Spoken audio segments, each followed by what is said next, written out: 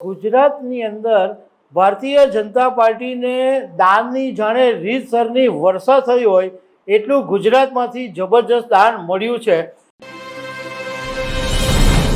Association four democratic research ADR દર વખતે જે રાજકીય પાર્ટીઓને જે દાનની રકમ મળતી હોય છે એના રિપોર્ટ જાહેર કરતી હોય છે અને હમણાં તાજેતરમાં આખા દેશની અંદર રાજકીય પક્ષોને જે દાન મળ્યા એનો રિપોર્ટ એડીઆરે જાહેર કર્યો છે. પણ એમાં ચોંકાવનારી વાત એ સામે આવી કે ગુજરાતની અંદર ભારતીય જનતા પાર્ટીને દાનની જાણે રીતસરની વર્ષા થઈ હોય એટલું ગુજરાતમાંથી જબરજસ્ત દાન મળ્યું છે. તો ગુજરાતમાંથી ભાજપને દાન કોણે આપ્યું એના વિશે તમારી સાથે વાત કરીશ. મારું નામ રાજેશ શાહ છે અને તમે જોઈ રહ્યા છો ગુજરાતના સૌથી મોટા ડિજિટલ ન્યૂઝ પ્લેટફોર્મ ખબર છે.com. એડીઆરે આખા દેશની અંદર જે રાજકીય પાર્ટીઓને દાન મળ્યા છે એનો રિપોર્ટ જાહેર કર્યો. એમાં ટોટલ 6,648 કરોડ રૂપિયા બધી રાજકીય પાર્ટીઓને દાન મળ્યું છે.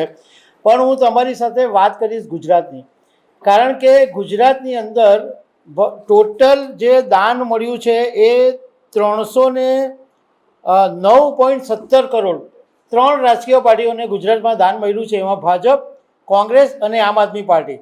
એમાં 309.17 કરોડનું ટોટલ દાન અને એમાંથી 308.38 કરોડ રૂપિયાનું દાન એકલા માત્ર ભાજપને મળ્યું છે અને કોંગ્રેસને માત્ર 89.6 લાખ રૂપિયા અને આમ આદમી પાર્ટીને ગુજરાતમાંથી માત્ર 10 લાખ રૂપિયા મળ્યા. 11 લોકોએ 10 લાખ રૂપિયા આમ આદમી પાર્ટીને આપ્યા, 13 લોકોએ કોંગ્રેસને 89.6 લાખ આપ્યા અને 1500 વધારે લોકોએ ભાજપને 308 કરોડ રૂપિયાનું દાન આપી દીધું છે. હવે ટોટલ જે દાન છે એમાં સૌથી વધારે દાન દિલ્હીમાંથી આવ્યું છે 2,639 કરોડ, મહારાષ્ટ્ર 2,438 કરોડ અને ગુજરાત ત્રીજા નંબરે છે 309.17 કરોડ. હવે ગુજરાતમાં જે ટોપ 10 લોકો છે કે જેમણે સૌથી વધારે દાન આપ્યા છે એમાં એ પહેલો નંબર છે સફલ ગોયલ રિયાલિટી 45 કરોડ રૂપિયાનું દાન આપ્યું, હાર્દિક અગ્રવાલ 20 કરોડ રૂપિયા, દિનેશચંદ્ર અગ્રવાલ 20 કરોડ રૂપિયા, કેદાર એગ્રો ન્યુટ્રીટેક 15 કરોડ રૂપિયા, નિરમા 13 કરોડ રૂપિયા, સૌરાષ્ટ્ર સિમેન્ટ 10 કરોડ રૂપિયા, ફ્રેન્ડ્સ ઇમ્પેક્ટ 10 કરોડ રૂપિયા, એગ્રોસેલ ઇન્ડસ્ટ્રીઝ 5 કરોડ રૂપિયા, હિમગીરી કોર્પોરેશન 5 કરોડ રૂપિયા અને આરતી ઇન્ડસ્ટ્રીઝ 4.5 કરોડ રૂપિયાનું દાન આટલા લોકોએ આપ્યું છે. આ તો જે મોટા મોટા દાન છે ટોપ 10 એ કીધા.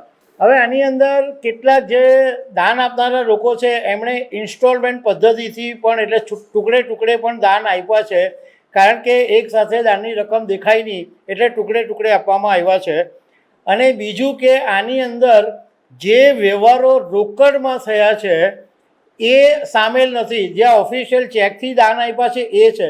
તો તમે સમજી શકો કે આના કરતાં રોકડમાં આપેલું દાન તો વધારે જ હશે, કારણ કે ગુજરાતમાં જે ટોપ 10 મતલબમાં ટોપ મોટા મોટા અબજોપતિ છે એના કોઈ નામ આમાં છે જ નહીં.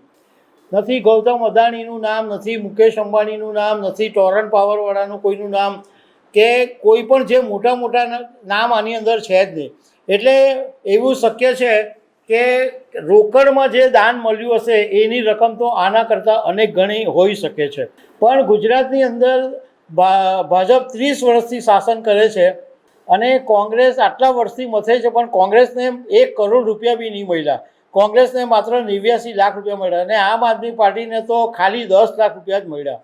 એટલે ગુજરાતની અંદર ભાજપ પર રીતસરની ધનની વર્ષા થઈ છે એ આના ઉપરથી દેખાય છે.